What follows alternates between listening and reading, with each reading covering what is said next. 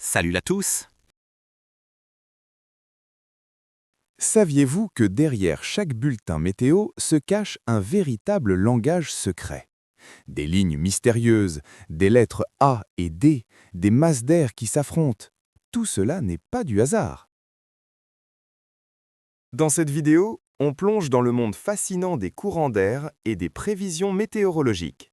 Vous allez enfin comprendre comment les anticyclones et les dépressions influencent notre quotidien, pourquoi le vent se lève et comment les météorologues prévoient le temps de demain. Prêt à décoder les cartes météo comme un expert? C'est parti!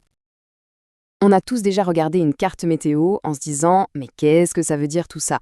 On a l'impression d'être face à une sorte de code secret. Eh bien, aujourd'hui, on va justement le déchiffrer, et ce, tous ensemble. Voilà, ça c'est une carte météo tout à fait typique. Des lignes partout, des lettres, des symboles. C'est vrai que ça peut paraître un peu confus au premier abord. C'est un peu le puzzle qu'on voit tous les jours aux infos, sans forcément avoir la notice pour le monter.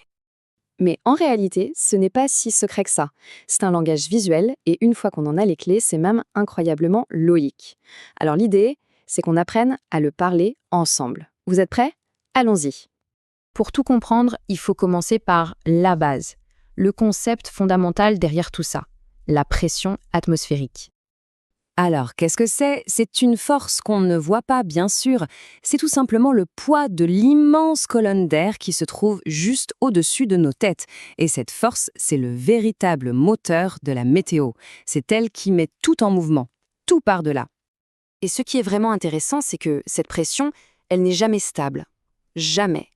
Comme on le voit ici, elle change d'un endroit à l'autre de la planète. Et c'est ça qui crée les grands courants de vent. Et à un même endroit, comme le montre le baromètre, elle varie aussi d'un moment à l'autre.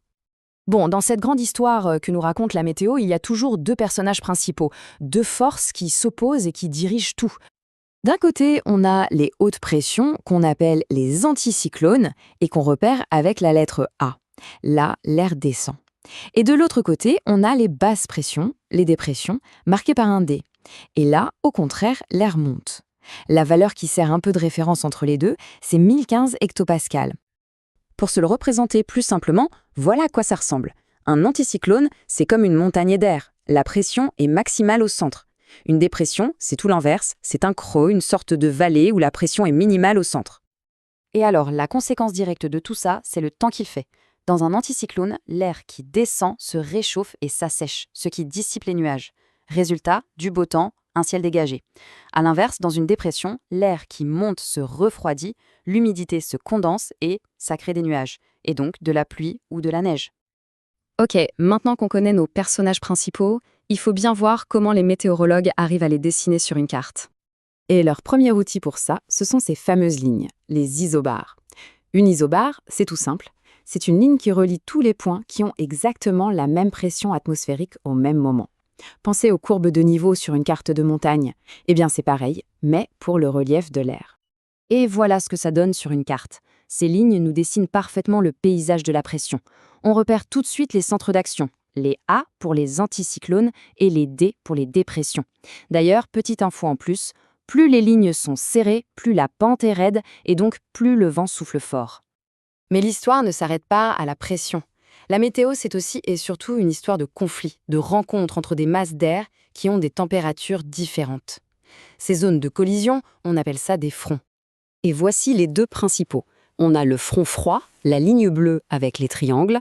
Là, c'est de l'air froid qui avance et qui vient saouler brutalement l'air chaud. Et on a le front chaud, la ligne rouge avec les demi-cercles. C'est le contraire, l'air chaud, plus léger, avance et grimpe doucement au-dessus de l'air froid. Les petits symboles indiquent toujours le sens du déplacement. Et en coupe, voilà ce qu'il se passe. Le front froid, c'est une attaque assez brusque. L'air chaud est soulevé très vite, ce qui crée de gros nuages d'orage, les cumulonimbus, et donne des averses très intenses. Le front chaud, lui, a une pente beaucoup plus douce. L'air chaud monte tranquillement, ce qui donne des pluies plus longues, plus continues. Ça y est, on a maintenant toutes les pièces du puzzle en main. Il est temps de reprendre notre carte du début et de voir si, cette fois, elle nous parle un peu plus. La revoici.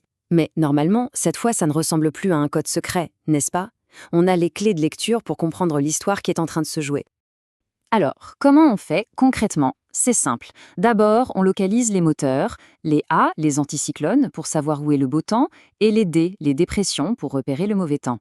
Ensuite, on suit les isobars pour visualiser la carte des pressions. Et enfin, on cherche les fronts, ces lignes de couleur. C'est là qu'est l'action, c'est là que la météo est en train de changer. Et en fait, tout l'art du météologue, c'est d'anticiper le déplacement de ces systèmes. Une carte, c'est une photo à un instant T. Prédire la trajectoire de ces A et de ces D, c'est ça qui permet de savoir le temps qu'il fera demain. Maintenant qu'on sait lire cette photo, prenons un peu de hauteur pour voir comment elle s'intègre dans une image beaucoup, beaucoup plus grande.